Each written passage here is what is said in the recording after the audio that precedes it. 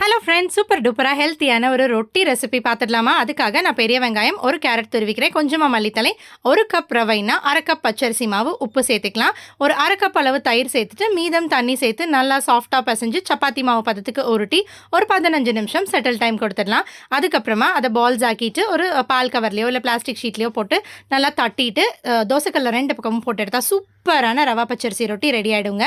ரொம்பவே சூப்பரான ரவா பச்சரிசி ரொட்டி நம்ம ப்ரிப்பேர் பண்ணிட்டோம். ஸோ எப்படி இருக்குன்னு சாப்பிட்டு பார்த்துடலாமா?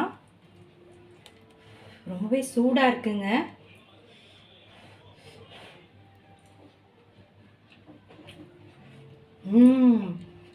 இந்த ரவையோட கிறிஸ்பினஸ், நம்மளோட கேரட்டோட ஸ்வீட்னஸ், ஆனியனோட க்ரன்ச்சினஸ், அப்புறம் மல்லித்தலையோட ஃப்ளேவர் வந்து நம்மளோட தயிர் போட்டோம் இல்லையா, அதோட அந்த புளிப்பு டேஸ்ட் எல்லாம் சேர்ந்து சூப்பராக இருக்குங்க.